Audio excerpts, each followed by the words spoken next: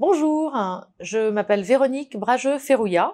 Je suis enseignante à l'EMLV et je suis responsable des cours de vente et de négociation pour l'école.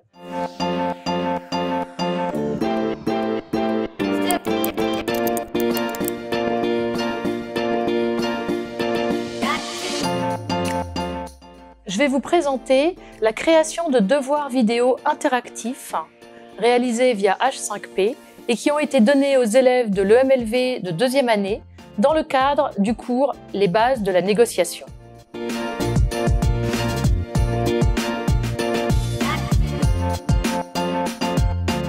Alors c'est une vidéo YouTube par exemple sur laquelle j'ai intégré différentes questions de quiz et puis je l'ai insérée dans une zone de devoirs sur des VO pour mes étudiants.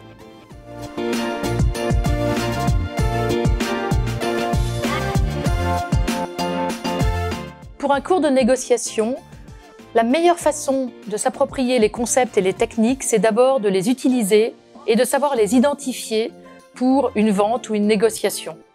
Et dans ce contexte, quoi de mieux qu'une vidéo pour être au plus près d'une situation réelle? C'est pour ça que j'ai créé les devoirs interactifs que j'ai mis en ligne pour les étudiants, qui vont donc les réaliser avant certaines séances et pouvoir évaluer leur progression. L'intérêt, c'est la gamification des devoirs. Les devoirs deviennent plus ludiques, plus faciles, un peu inattendus pour les étudiants. Et ça, eh bien, c'est un aspect très positif dans l'apprentissage de nos étudiants.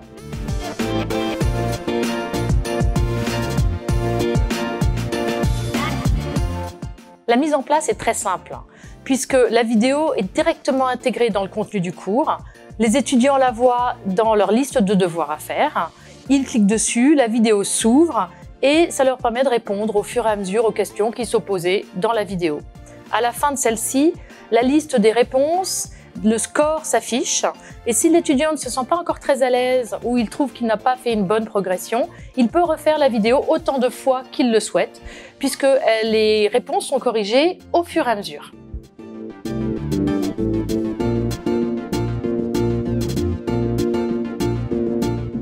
Après avoir réalisé des vidéos interactives pour mon cours de négociation, voici les 2 conseils que je donnerais à mes collègues enseignants.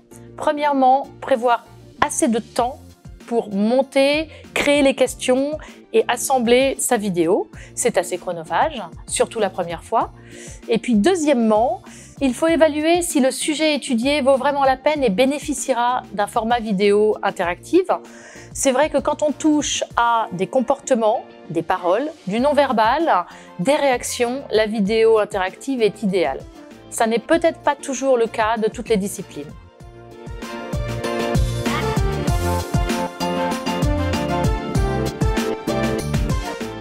Pour réaliser ces vidéos, j'ai utilisé la plateforme H5P qui comporte toutes les fonctionnalités nécessaires.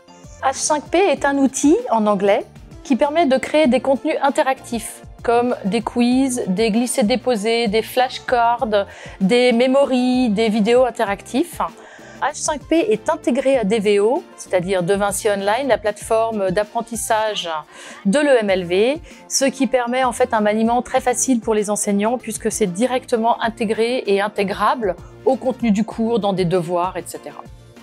Il y a un petit temps de prise en main au début, mais comme la plateforme est assez intuitive, il n'y a pas de souci majeur en fait, et je pense que tout enseignant peut tout à fait arriver à maîtriser l'outil pour faire une vidéo interactive de bonne qualité.